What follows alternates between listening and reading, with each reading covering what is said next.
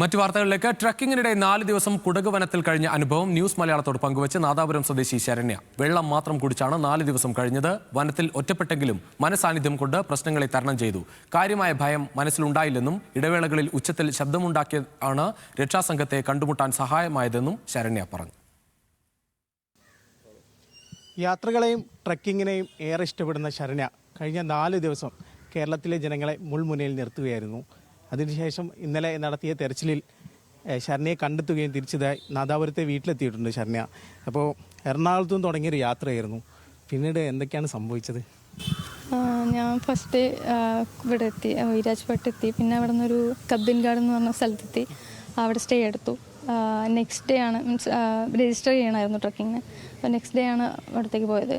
8 മണിയോടെ trekking start ചെയ്തു.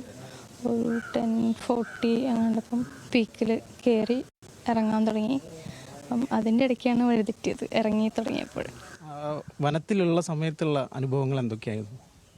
വനത്തിലുള്ളപ്പോൾ നമുക്ക് എങ്ങനെയായിരുന്നു, എവിടെയായിരുന്നു താമസിച്ചതും അതുപോലെ രാത്രികളിലൊക്കെ നിന്നതൊക്കെ എങ്ങനെയായിരുന്നു? ഒരു സ്ട്രീമിൻ്റെ അടുത്ത് ഒരു വലിയ പാറയുടെ മേലെയായിരുന്നു കിടന്നുറങ്ങുകയൊക്കെ ചെയ്തത്. അനുഭവം എന്ന് പറയുമ്പോൾ നമുക്ക് വേറെ ഓപ്ഷൻ ഇല്ലാത്തതുകൊണ്ട് പിന്നെ നൈറ്റ് അവിടെ എന്താ ഉള്ളത് കണ്ട് അങ്ങനെ ക്യൂരിയസ് ആയി നിൽക്കുമായിരുന്നു. ഈ കാര്യം ഹോട്ടലിലേക്ക് വിളിച്ചു പറഞ്ഞെന്ന് പറയുന്നു. അതിനുശേഷം പിന്നെ ഫോൺ ഓഫായി പോവുമായിരുന്നു ചെയ്തത്. പിന്നെ ആരും ബന്ധപ്പെടാനോ ആരും കാണാനൊന്നും പറ്റിയിട്ടില്ല. അപ്പോൾ ഉറപ്പായിരുന്നു ഒരു ആളുകൾ തിരഞ്ഞു വരും എന്ന കാര്യം? ഇല്ല, എനിക്ക് ആദ്യം ഉറപ്പില്ലായിരുന്നു. കാരണം നെറ്റ്വർക്ക് ഇഷ്യൂ ഉള്ള കാരണമാണ് ഇടയ്ക്കിടയ്ക്ക് ഞാൻ ഫ്ലൈറ്റ് മോഡും അങ്ങനെ മാറ്റിക്കൊണ്ടിരിക്കുകയായിരുന്നു. അതിൻ്റെ ഇടയ്ക്ക് എപ്പോഴാണ് ഈ ഹോം സ്റ്റേ ഓണറിൻ്റെ കോള് വരുന്നത്. അല്ലെങ്കിൽ ഞാൻ പറഞ്ഞു, വഴി തെറ്റിയിട്ടുണ്ട്, ചെക്ക് പോസ്റ്റിലൊന്ന് അറിയിക്കണം എന്ന്. പക്ഷെ ആളത് കേട്ടോ എന്നുള്ളത് എനിക്ക് കറക്റ്റായിട്ട് മനസ്സിലായില്ല. കാരണം അയാൾ ലാസ്റ്റ് പറഞ്ഞത് ചെക്ക് പോസ്റ്റിൽ എത്തിയിട്ട് ആരുടെയെങ്കിലും ഫോണിൽ നിന്ന് ഇങ്ങോട്ടേക്ക് വിളിക്കുമെന്നാണ് പറഞ്ഞത്. അപ്പോൾ ഉറപ്പില്ലാത്ത കാരണം ഞാനത് ഫ്രണ്ട് ഉണ്ട് ചെയ്തു ഓഫീസിൽ. അപ്പോൾ അവന് ടെക്സ്റ്റ് ചെയ്യാമെന്ന് വിചാരിച്ചു. ഇവരുടെ ട്രക്കിങ്ങിൻ്റെ വെബ്സൈറ്റ് ഉണ്ട്, അതിൽ ഹെൽപ്പ് ലൈനിലേക്ക് വിളിക്കാമെന്ന് പറഞ്ഞുകൊണ്ട് ടൈപ്പ് ചെയ്തപ്പോഴേക്കും ഇത് പോയി, ഫോൺ ഓഫായി. പിന്നെ അവരെങ്ങനെയാണ് കണ്ടെത്തിയത്? ഇപ്പോൾ എങ്ങനെയാണ് അവർ അവിടെ ഉണ്ടെന്ന് മനസ്സിലാക്കിയത്? അവിടെ ഉണ്ടെന്നുള്ള മനസ്സിലായിരുന്നില്ല. അവർ പീക്ക് കേന്ദ്രീകരിച്ചിട്ടായിരുന്നു സെർച്ചൊക്കെ നടന്നുകൊണ്ടിരുന്നത്. ഞാൻ അവിടെ നിന്ന് ഒരുപാട് ദൂരം പോയിട്ടുണ്ട്. അതായത് ഒരു 10:40 തൊട്ടിട്ട് 6:45 വരെ നടന്നിട്ടുണ്ട്. അത്യാവശ്യം നല്ല ദൂരം എത്തിയിട്ടുണ്ടായിരുന്നു.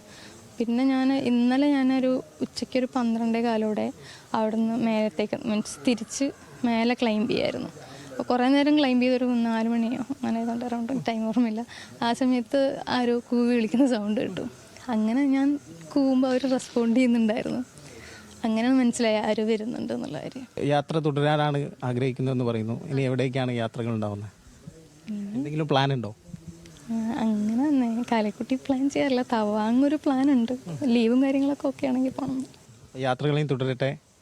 All the best. ഏതായാലും ശരണ്യ ഇതോടുകൂടെ യാത്രകൾ അവസാനിപ്പിക്കുകയല്ല, യാത്രകൾ തുടരുകയാണ്. കോഴിക്കോട് നിന്നും ക്യാമറമാൻ അതീന്ദർ ജിത്തുവിനൊപ്പം ആകാശ് തടത്തിൽ, ന്യൂസ് മലയാളം.